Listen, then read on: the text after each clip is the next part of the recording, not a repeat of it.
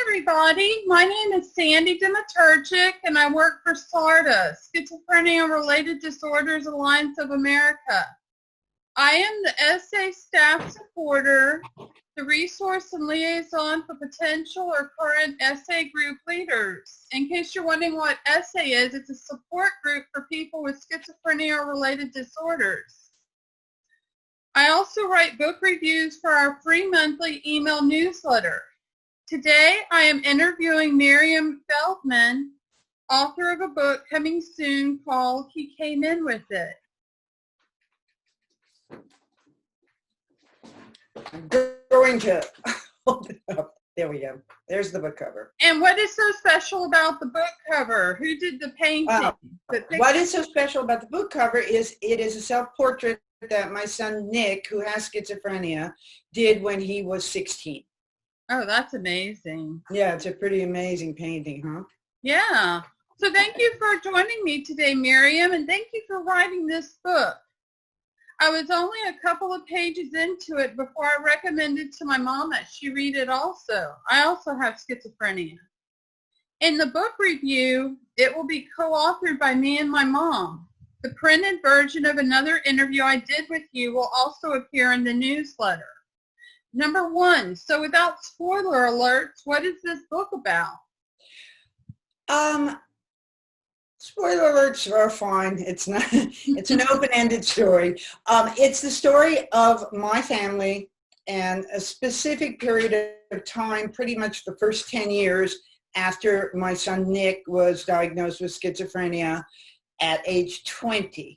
He's now 34, and the story weaves backwards too into his childhood with kind of flashbacks, because when this kind of thing happens, a diagnosis like this, you spend a lot of time doing forensic work into your own life, especially as the mom.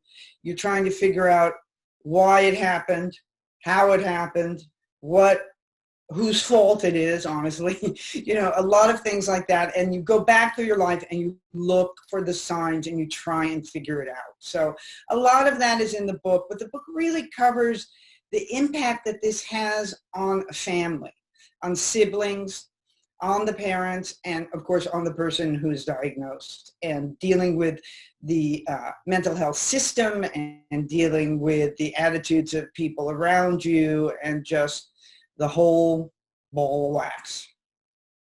Okay, well, thank you. So number two, I have schizophrenia also, and it was a long journey to find the right meds and redefine myself after being hospitalized and going on disability. One of our members had a good question. What was the single biggest obstacle to getting treatment and medication for your son? If there would be a single thing, I guess I would say his anosognosia, his inability to understand that he was ill. Because, and I'd love to ask you a couple questions about that also, honestly, because, when the organ that is ill is the organ that would allow you to understand that you're ill, your brain, it gets almost impossible to put together treatment, because you're trying to convince somebody that they're sick when they don't believe that they are. And it's very difficult. But in addition to that, there's also, a late identification of the disease. We went years kind of tumbling through different diagnoses and not understanding what was going on and not getting good treatment. Years that I wish I could have back, because I think that with earlier intervention, his outcome for his life would have been much better. And also just navigating the system, which is impossible. Okay. What kind of questions did you have for me about anesthesia? I'm just curious, because honestly, Sandy, and I hope, if you don't want to talk about this, I completely understand, but when I meet people like you, I look at you and I look at my son, and I don't understand how you can have the same diagnosis as he does. Yeah. Because it seems like he's in another world. And I talk to mothers and family members of people with schizophrenia, and it's this thing that we constantly just shake our heads and go, how can it be? Because you meet these people with a lot of insight who have the right medications and are having a great life. And it seems like the vast majority of people with schizophrenia don't ever come close to that. Yeah, I think that's a really good question. You know, for me, for the first 10 years, I've been fighting this for 20 years. The first 10 years were really rough. I didn't want to take the medication. I would work jobs and then I'd quit because of my paranoia about being found out about what I have. What really changed things around for me was I had a nurse practitioner who was also a therapist, and she recommended clozapine. And I went on clozapine, and it was like a miracle drug for me because the voices went away, the paranoia went away. For me, you know, for the most part, I'm not symptomatic, but in the evenings, before I take the evening dose of the clozapine, I might start to have some symptoms, and then I just take the dose, and then it goes away. But now, before you started on that, were you able to identify symptoms? Because my son, he still won't really admit that he hears voices or has hallucinations. You know, 12 years into it. Yeah, it's kind of a hard situation because, you know, for me, I was looking at my quality of life, and the last thing I wanted was to be on disability. Mm-hmm. And my parents didn't hospitalize me until 2008 because of my homelessness and unable to hold down a job and stuff like that. And that was tough, you know, going through the hospitalization and then being at an assisted living facility for a couple months. And I guess for me, it was finally a wake-up call that this was going to be my life. But you had the insight. Yeah, right? the insight came, you know, my mom read the book by Dr. Xavier Amador, I'm Not Sick, I Don't Need Help. And yes. I remembered there was a point, because my mom and I always, you know, it was like I never felt like she understood. And there was a point, and she tells me it's after she read the book and started using the LEAP steps, listen, empathize, agree, and partner. Mm-hmm. And I remember when suddenly I felt like my mom understood what I was going through. And so we weren't having such a difficult time getting her to see. But, you know, I don't know. I don't know why some people, you know, why the spectrum is there. I know I'm very fortunate. And, you know, but like I said, those first 10 years were hard. I mean, every step of the way, my parents would try to support me when I would try to, you know, work new jobs and stuff, and then it would never work out. He can't even, the idea, I mean, I can't imagine him even have a job. Yeah. Well, you know, it's baby steps. When after I got hospitalized, I was basically doing nothing. And my mom and my dad intervened with the doctor and said, this is just drugging her and sedating her. Mm-hmm. And so, you know, they pushed for me to be on different medication. I think that you had mentioned something about setting goals of stability. Mm-hmm. And that was what the doctor was very conservative and wanted to only do stability. But, you know, I was telling my mom a couple of days ago, I said, you know, it's like what happens with a person who's paralyzed, learning to walk again. Some people are able to walk, some people aren't able to walk. But those who are, it's baby steps every step of the way. Yeah. I mean, if you had told me back in 2008 I would be working for SARTA, doing this type of thing and talking about what I have and feeling comfortable being around people, I wouldn't have believed you. Wow. Well, so, yeah, and therapy really helps. Mm-hmm. Yeah. Well, I mean, it's just, I guess there is a huge spectrum, you know, and I guess it's an issue of insight, awareness, self-awareness, and also finding the right medication. Right. Yeah. I think the right medication is a big one. Yeah. Number 3, you are an artist, I understand. Do you mainly paint?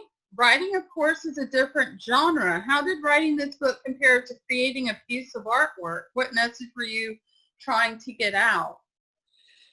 Well, let me start with beginning. Yes, I am a painter. I've been a painter my whole life. I'm 64 now. I've supported myself as an artist my whole life. I wrote the book. I started writing it about 4 years ago, and it's the first thing I'd ever written.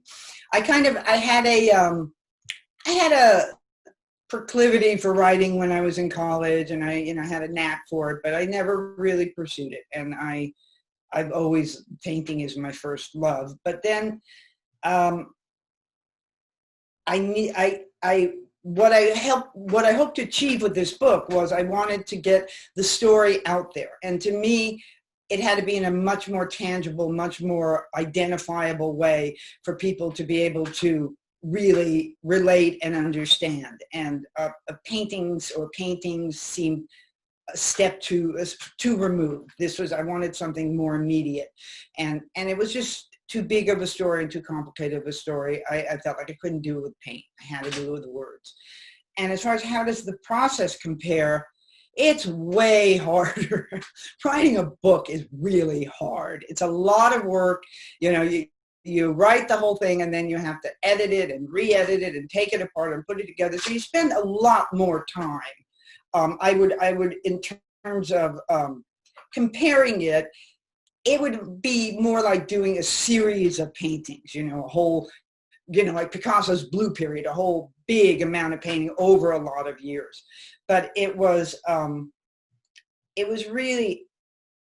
difficult, and it was hard work, but it is one of the most rewarding things I've ever done. And the fact that I'm actually getting it published and it's going to be out in the world means so much to me. In my previous interview, you said this book is about the legacy of Nick. What do you mean by that, and has he ever considered publishing anything?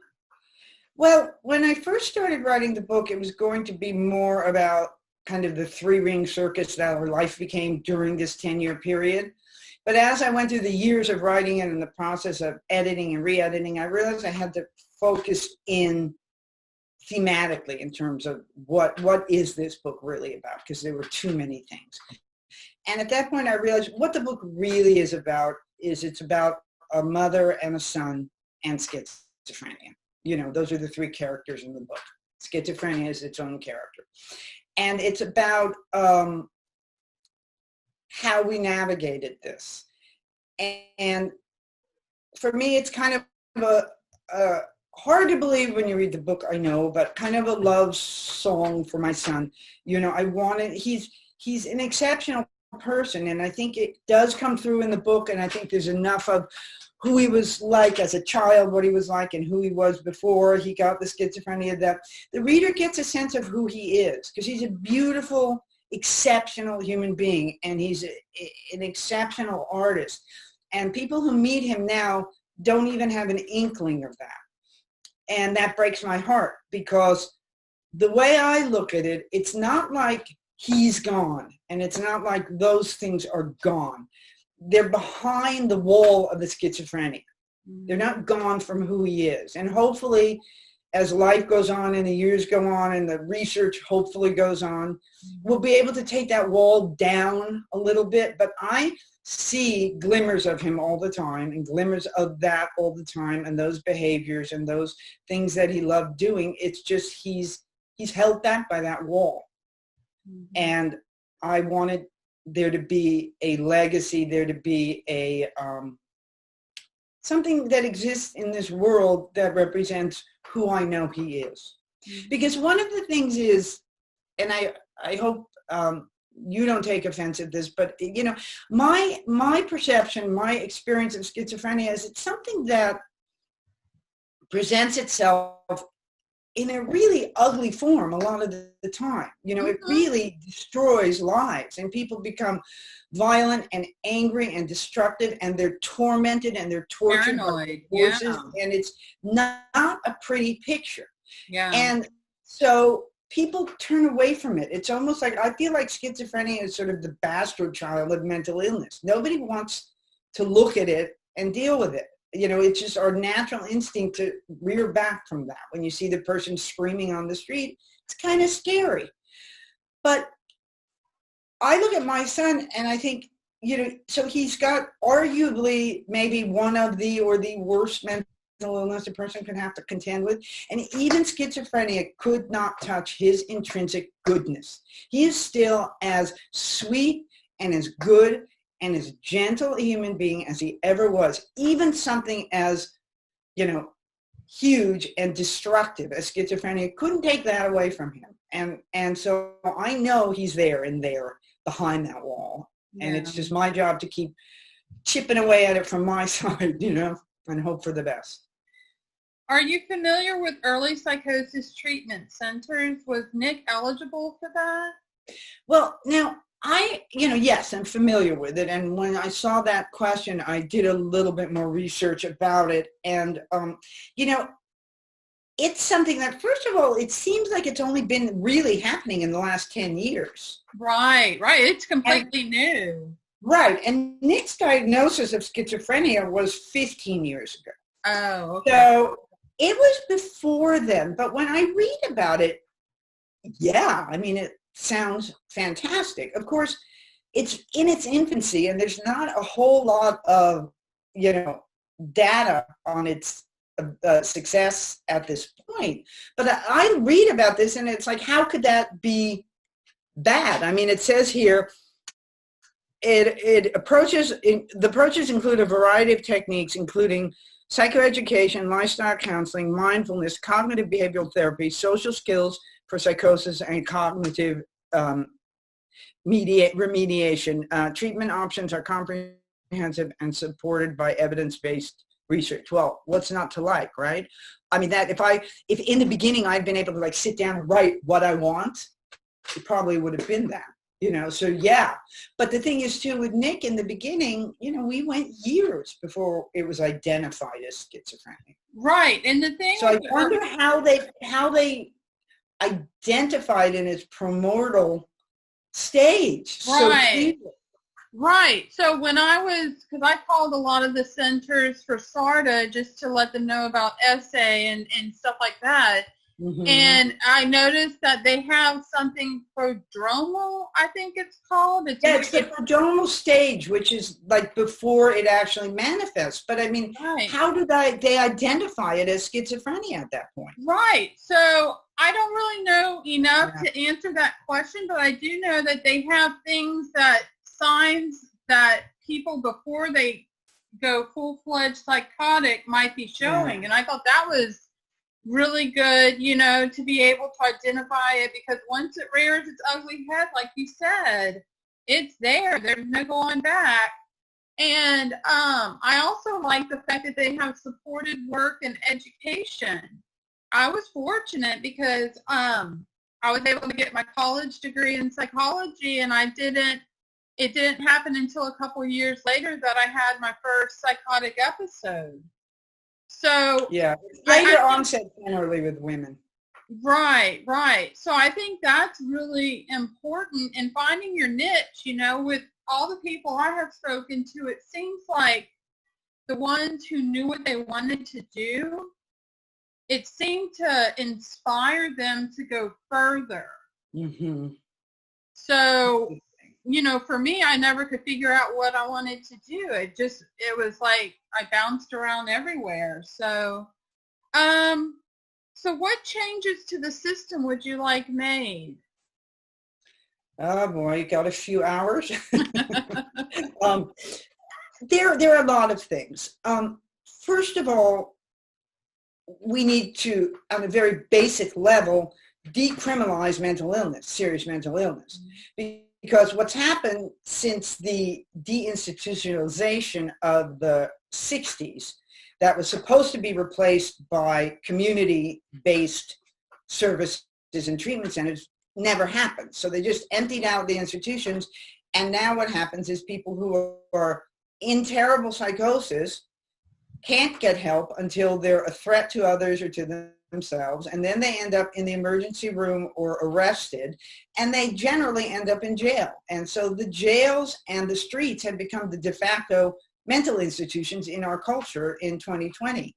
And it's appalling and it's wrong and it's got to be fixed. So that's on a very fundamental level. Then, there needs to be accessibility to treatment, and it needs to be affordable. My son, we're middle-class people. I'm educated. I'm a pit bull. Nobody gives up. I don't give up. I don't give up on it. I've never given up on him. I'm like a dog with a bone with this thing, and I've never stopped trying. And even with my knowledge and my resources, it's been almost impossible to get him consistent, good treatment. So then what about everybody else? What about people who aren't educated and don't have resources and have no money whatsoever?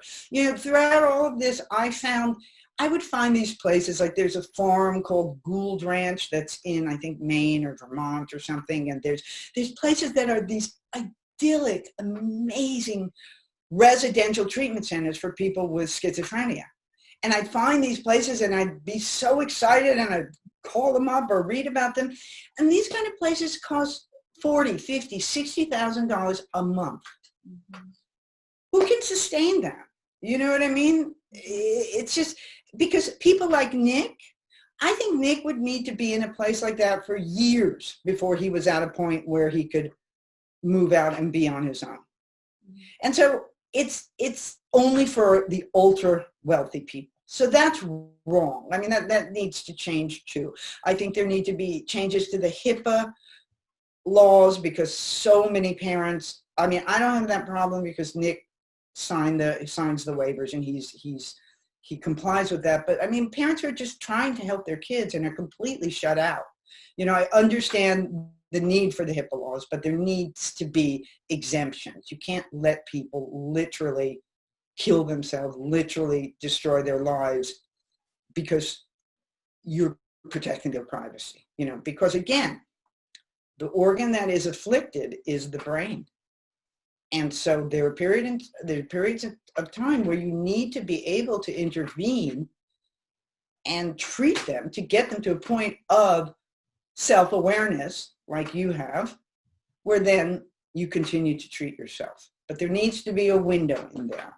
And then I also think that we need to, and I have many, many other mothers who agree with me that we need mental institutions. We need mental hospitals. It's absurd that they don't exist. We don't need to throw people in and lock them up and throw away the key, and they have to be livable and healthy and good facilities. They can't be these draconian nightmares that there used to be. But they need to exist. There are people who need to be hospitalized, and there's nowhere to put them now. So they send them to the prisons. Yeah. And that's just wrong. Yeah. Also, in the previous interview, you discussed changing the attitude of psychiatrists and doctors from just setting goals of stability. I encountered this, and I believe I have such a high-quality life because of the role my parents played in helping me to have one. Could you describe how you want things to be different?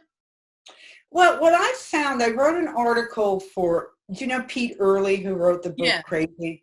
So I wrote an article for his website that anybody can look up if they go to his website and type in my name, Miriam Feldman. And it's about this issue that it seems to me that with schizophrenia in particular, the modality seems to be to just focus on getting the patient stabilized. And that means stabilized to the point where they are not a problem to society. This is my perception of it. Mm-hmm. Once that Nick is not threatening anybody or a problem to society, they don't seem to care if he's just a big medicated blob sitting on a couch for the rest of his life. Mitigation seems to be the object. And to me, that is obscene. What if when somebody had bone cancer, and they had to have their leg amputated. That the modality for that was, okay, let's amputate the leg, make sure there's no cancer there, and then send them off. No wheelchair, no physical therapy, no crutches, no anything to learn how to live a life with this. Just get the cancer out, send them home, they're on their own. That's basically what they do to people with schizophrenia. And it has to change. Nick deserves a better quality of life. And I work and I work and I work at trying to create that for him. But it would be nice to have some help from the mental health world. And they seem to be done with him at this point. He doesn't even get therapy. I mean, think about that. He's a person with a serious mental illness that is incurable, and he will have to live with this the rest of his life. Yeah. And the medical establishment has deemed that he is not eligible for ongoing therapy. How does that even begin to make sense? I agree with you. I know for myself. With therapy.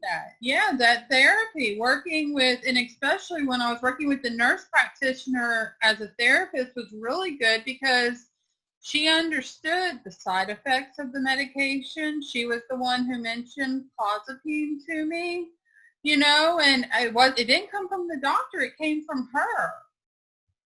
It did seem to me in my journey through all of this that the real angels, the ones that change the course of things, are not who you expect it to be. You know what I mean? Or people out of left field. I mean, we had one doctor who you read about in the book, Dr. Miri, who really was our angel, but over and over and over again, he just was sent away by other doctors. It was the occasional person here or there that stepped in to say, hey, let me help you, who got it. Yeah. Do you have any final comments? Yeah, I do.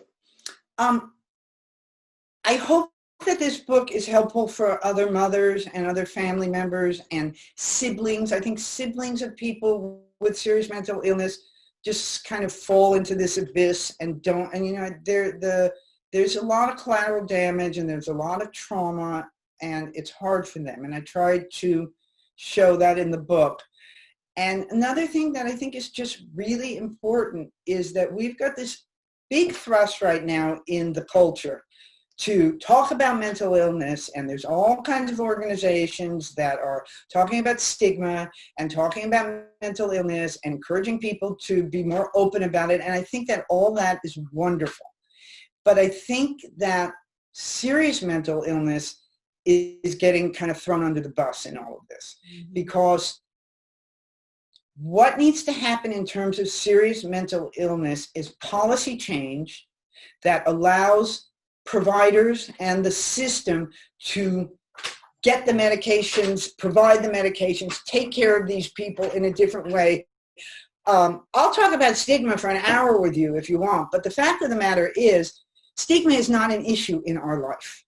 Somebody with schizophrenia, you're not worrying about stigma. That's the least of your problems. And we need to focus on the really seriously mentally ill. You are such a small percentage of a success story for this diagnosis. Most of these people are in prison or out on the streets. My son is a success story. Nick's a success story with schizophrenia. And you know why? Because he's in an apartment, he's not a danger to anybody, and he's contained. He has no life. He doesn't have friends. He doesn't interact with people. He sits in his apartment all day, every day. And that's in the category of success. And we have to redefine that. This is not right, that we're satisfied at giving these people this minimal existence when it doesn't have to be that way. Look at you. And then there's this whole vast number of people who we're throwing into jail, and we're calling the jails to take care of them and treat them. And that's got to change. And that's a whole huge aspect of the mental illness picture that seems to be eclipsed right now by these feel-good ads about stigma and being open about your mental health problems. And I just think we need to delineate. There's a difference between the vast majority of mental health issues and even diagnoses and that small group of SMI. It's different, and we need to regard it differently, and we need to help these people differently. Well, thank you so much, Miriam.